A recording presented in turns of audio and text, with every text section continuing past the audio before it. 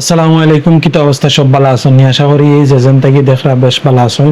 আমরা তো আলোচনা করব বিভিন্ন নিউজ মিডিয়া বা আন্তর্জাতিক গণমাধ্যমের ভিত্তিতে। আজকে আমরা আলোচনা করব ইরান এবং যুক্তরাষ্ট্র উত্তেজনা, হরমুজ প্রণালীর সম্ভাব্য চুক্তি, লেবানন ইসরায়েল হামলা এবং গাজা পশ্চিম তীরে চলমান পরিস্থিতি। তাইলে চলুন শুরু করি। ইরানে কইছে কৌশলগতভাবে গুরুত্বপূর্ণ হরমুজ প্রণালীর পুনরায় খুলে দেওয়ার ব্যাপারে ওমানের সঙ্গে একটা চূড়ান্ত তারা চুক্তি হয়েছে বা দ্বারপ্রান্তে আছে। দুই দেশের মধ্যে জাহাজের চলাচলের রুটের ভৌগোলিক যে স্থানান্তর আছে তা নিয়ে তারা একমত হয়েছে। তেহরান থেকে আল জাজিরা প্রতিবেদক জানাইছেন যে এটি একটি ধারাবাহিক ঘটনাবহুল অংশ। যদিও তেহরান হয়েছে যে সরকারি আলোচনা শুধু ওমান ও ইরানের মধ্যে হয়েছে, তবে যুক্তরাষ্ট্রে এখানে একটি গুরুত্বপূর্ণ নিয়ামক শক্তি হিসাবে বা আছে আর কি। ইরানের দাবি পুনরায় চালু করার শর্ত হইল মার্কিন নৌ অবরোধ প্রত্যাহার করতে হইবে।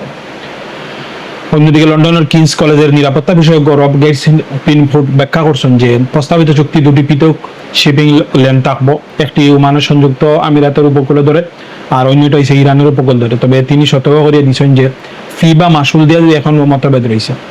ইরানের 4% ওমান প্রস্তাব করছে 3%, আর যুক্তরাষ্ট্র চায় কোনো ফি ছাড়াও যেন চলাচল হয়।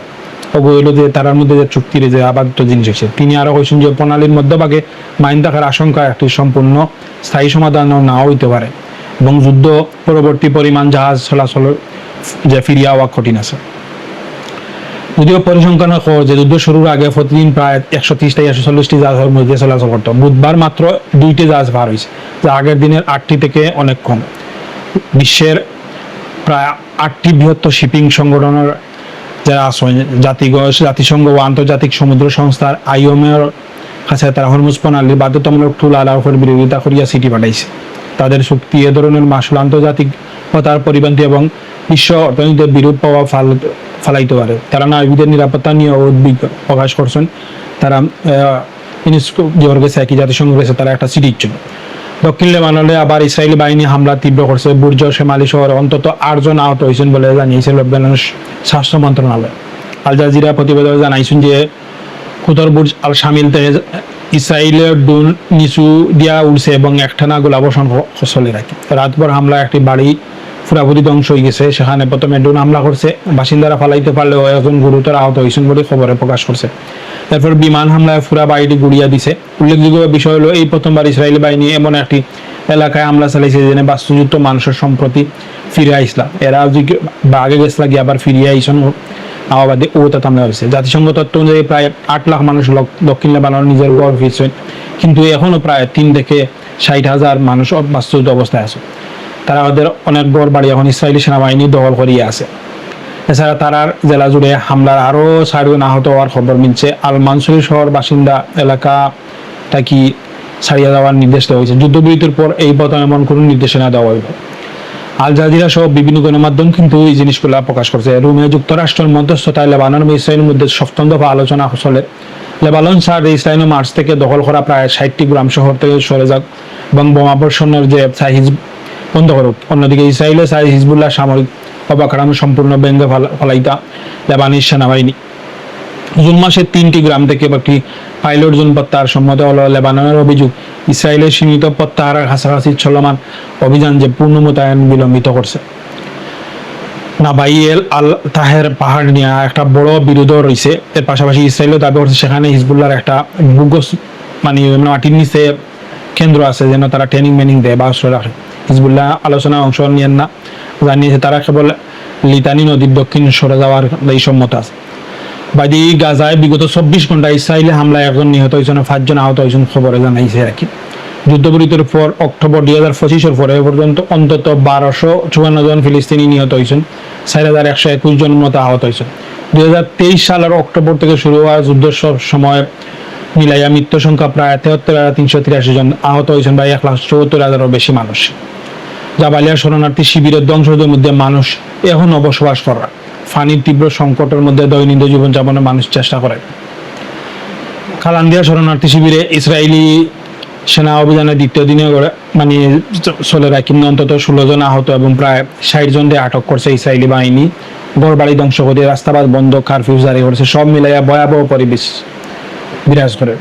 ফিলিস্তিনি বন্দী সমাজ কি জানাইছেন যে আটক ব্যক্তির মধ্যে নারী ও শিশু তারা রয়েছেন। অভিযানের নির্যাতনমূলক আচরণের অভিযোগ রয়েছে। ঘর বাড়িতে মানুষের জোরপূর্বক উচ্ছেদ করিয়া সম্পত্তি ধ্বংস করা হওয়ার এবং তা দখল করা হওয়ার। কালিকিয়া, আজুন, আতামা ও বেইত আমিন গ্রামে অভিযান চালাইছে ইসরায়েলি বাহিনী। উত্তর জর্ডানের উপত্যকায় ইসরায়েলি বসতি স্থাপনকারীরা ফিলিস্তিনের জমি বেড়া দিয়া প্রবেশ বন্ধ করছে খবর হয়েছে।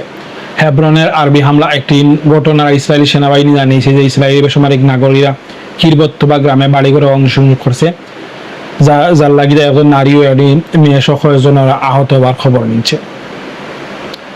সব মিলাইয়া ওইল ইসরায়েলে তারা মানে হামলা চালার। অবাধি প্রেসিডেন্ট ট্রাম্প পেন্টাগনের অস্ত্র ভান্ডার নিয়ে সংবাদের প্রতিবেদনে প্রত্যাখ্যান ও দাবি করছেন যে যুক্তরাষ্ট্রের কাছে বিপুল পরিমাণ গোলাবারুদ আছে। প্রতিক্রিয়া কইছে যে তারা গেছে গোলাবারুদ ফিরাই শেষ হয়ে যাওয়ার। নতুন কারণা নির্বাচনের তত্ত্বাবধায়ক বিরুদ্ধে কঠোর আইনি ব্যবস্থা নেওয়ার তাই হুমকি দিছে। হোয়াইট হাউস ওয়াশিংটন পোস্টের একটি প্রতিবেদনে কইছে যে তারা তাই দাবি অস্বীকার করছে। তারা কইছে যে ট্রাম্প প্রতিরক্ষা মন্ত্রী পিট হেক্সটেসের সঙ্গে ক্ষেপণাস্ত্র মজুদ নিয়ে বাদানুবাদ জড়াইছে নাকি। প্রেস সেক্রেটারি কেলন লেভিট এই প্রতিবেদনের ভুয়া খবর হইয়া অবহিত করছেন। উল্লেখযোগ্য যে নভেম্বরের মধ্যবর্তী নির্বাচনের আগে ইরান যুদ্ধ ট্রাম্পের রাজনৈতিক ভাবমূর্তির কি তা প্রভাব ফলে তা নিয়ে যে বিশ্লেষকরা আলোচনা করছেন। একজন ডেমোক্রেট কৌশলবিদের মধ্যে ভোটাররা এটিকে আরেকটি মধ্যপ্রাচ্য সংঘাত হিসাবে দেখে, যা তাদের জীবনযাত্রার মানে কোনো ইতিবাচক পরিবর্তন আনেন না। তারা ইগো হওয়ার পরেও ডোনাল্ড ট্রাম্পকে এখানে হয়েছেন। পাকিস্তানের প্রধানমন্ত্রী নওয়াজ শরীফ ও সৌদি আরব সফর যাইরা দ্বিপাক্ষিক সম্পর্ক জোরদার করার তারা ইচ্ছা। এবার ইরাক, সৌদি আরবের পররাষ্ট্রমন্ত্রী উচ্চ পর্যায়ের সফর নিয়ে আলোচনা চলে। কানাডার প্রধানমন্ত্রী মার্ক কার্নি আন্তর্জাতিক অপরাধ আদালত আইসিসির প্রতি সমর্থন পূর্ণ ব্যক্ত করছেন, যদিও যুক্তরাষ্ট্র মৃতদের উপর আদালত থেকে সরে আসতে চাপ দিয়ে রাখি। মানবাধিকার সংস্থা HRW জানাইছে দক্ষিণ লেবাননের সাংবাদিক আমাল খালিলকে হত্যা তারা যুদ্ধাপরাধ হিসাবে চিহ্নিত করে। তাইলে দর্শক, ওই তো আসিল মধ্যপ্রাচ্যের সম্প্রতি পরিস্থিতি সংক্ষেপ। হরমুজ প্রণয় নিয়ে সম্ভাব্য কূটনীতিক সমাধানের যেমন আশার আলো দেখার, তেমনি লেবানন, গাজা, পশ্চিম তীরের সহিংসতা এখনো থামেন না। ভিডিওটা যদি আপনার ভালো লাগে অবশ্যই লাইক কমেন্ট করতে বলবেন না। আর যদি ইলাহান কমেন্ট আমি ফাইতে চাই না, আমরা তো কন্টিনিউ দিতাম, তাহলে অবশ্যই আমরা সাবস্ক্রাইব করবা। আর দেখা হইব পরবর্তী ভিডিওতে। ভালো থাকবা। আসসালামু আলাইকুম।